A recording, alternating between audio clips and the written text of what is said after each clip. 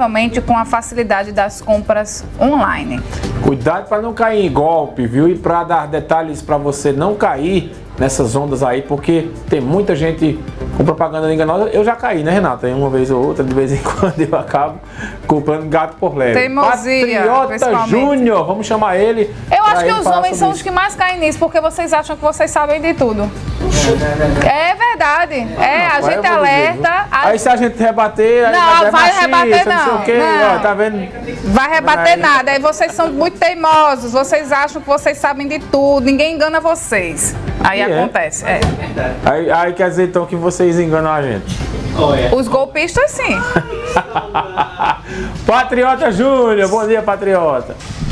Bom dia, Mário, bom dia, Renato, e a todos que estão acompanhando o Manhã Cidade. Olha só, né? Tem sido uma prática bastante comum essa questão da propaganda enganosa, principalmente, né, nas redes sociais, que viraram um ambiente repleto de golpistas. Para a gente conversar mais sobre esse assunto, a gente está aqui com a Cíntia Nunes, que é gerente jurídica do Procon Caruaru. Cíntia, muito bom dia, bem-vinda à Rádio Cidade. Primeiro, para a gente entender, existe a propaganda enganosa e a propaganda abusiva, não é isso? Quais as diferenças? Isso, bom dia.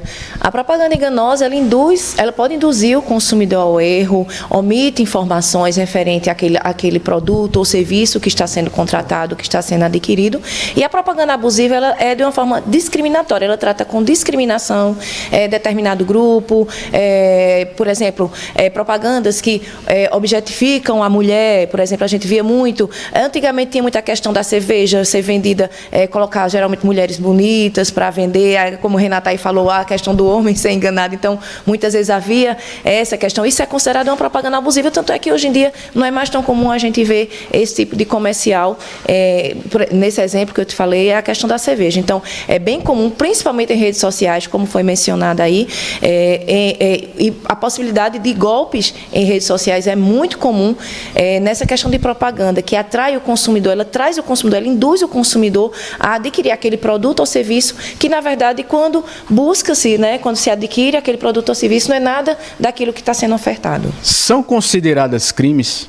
Sim, é considerado crime com detenção de 6 meses a 1 ano de detenção e, inclusive, pode haver responsabilidade solidária em caso de conhecimento daquela abusividade e, por exemplo, uma agência de publicidade ser também responsabilizada em virtude de uma propaganda. Então, há também a necessidade da ética, né, da responsabilidade de agências quando recebem um produto ou serviço que se sabe que é abusivo ou enganoso. Como é que as pessoas podem denunciar? É mais fácil, né, numa loja física, determinado produto. Agora, na internet fica bem mais complicado, né? Como é possível realizar essas denúncias? É importante o consumidor ficar atento, principalmente em redes sociais, que a gente vê uma demanda muito grande de golpes. Os golpistas, eles se utilizam, por exemplo, uma loja famosa de departamento. Então, ele faz uma propaganda, copia a página, clona a página de uma determinada loja, direciona para um link que é falso. Então, você vai ali atraído por um produto super barato, vai lá, é direcionado para um link que não corresponde realmente ao da loja, sendo enganado. Então, nesse caso, assim, quando se trata de rede social, é interessante que o consumidor ele entre numa aba, numa janela independente, digite ali o endereço correto daquela loja para ver se realmente aquela propaganda corresponde à realidade. Então, nesse caso, quando se trata de golpe, fica um pouco mais complicado para o Procon intervir, tendo em vista que se trata de crime, então há necessidade do cidadão, do consumidor procurar as autoridades policiais. Mas quando se trata de uma loja devidamente constituída, que aquela propaganda está sendo veiculada, ou um produto que está sendo, tem no seu rótulo informação que não corresponde à realidade, o consumidor pode se dirigir ao Procon, ou se, caso seja entendido que seja um benefício que está sendo dado ao consumidor por meio daquela propaganda, por meio daquela oferta, e não está sendo cumprido, o consumidor pode exigir o cumprimento forçado daquela obrigação. Então, são várias as sanções que o Código de Defesa do Consumidor determina que pode ser aplicados, desde a contrapropaganda, ao cumprimento da oferta, ou a retirada do produto do mercado para que se adeque às informações do rótulo. Então, o Código de Defesa do Consumidor ele traz uma gama de rede para que aquele consumidor seja protegido desse tipo de publicidade, dessa propaganda. Importante também reforçar que hoje em dia a internet não é mais uma terra sem lei, né? Não. Então, quem é adepto dessas práticas, claro, existem muitas pessoas que não têm tanta intimidade com a tecnologia e podem acabar caindo, mas a internet hoje, né, prevê punições para quem pratica esses crimes também no ambiente virtual, né? Isso é interessante ao se deparar com uma publicidade, uma divulgação que o consumidor queira exigir alguma oferta, ele tirar o print, né, o que a gente chama de print, faz o espelhamento da tela para que comprove, para que tenha essa comprovação e caso não consiga, entre em contato com o fornecedor para que haja essa adequação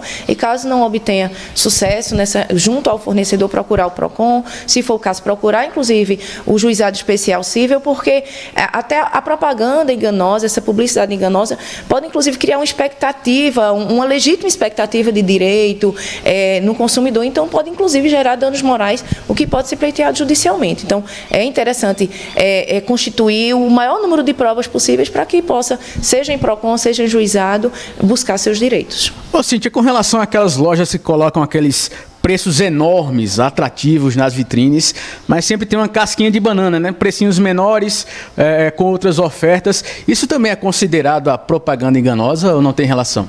Ela pode ser tida como uma propaganda abusiva, tendo em vista que atrai o consumidor com aquele valor sem a informação adequada. Então, apesar de colocar o valor da parcela, por exemplo, em destaque, mas aí tem que ter de forma visível também para o consumidor e não aquelas letrinhas bem pequenininhas que a pessoa precisa se aproximar, precisa de um auxílio para ter essa informação. Então, pode haver a autuação do PROCON, no caso, se for uma loja local, a gente pode autuar, e se for o caso, uma loja virtual, haver o devido processo para que seja cumprido de acordo com o que foi veiculado. Então, pode haver, sim, a apuração desse fato para que seja cumprida essa oferta, ou, se for o caso, essa oferta seja retirada do mercado, seja retirada da publicidade, para que não haja essa questão de nenhum consumidor ser induzido a erro na hora da contratação. Perfeito, agradecendo aqui a Cíntia Nunes, que é gerente jurídica do PROCON Caruaru, né, trazendo essas orientações importantes, né, para a gente não cair em cilada, né, porque os golpes estão aí, né, e como diz aquela frase famosa na internet, cai quem quer, né. Importante ficar ligado. Renata Torres e Mário Flávio. Valeu, patriota! E tem aquela história, né, se está na internet é verdade. Não é, tá, minha gente?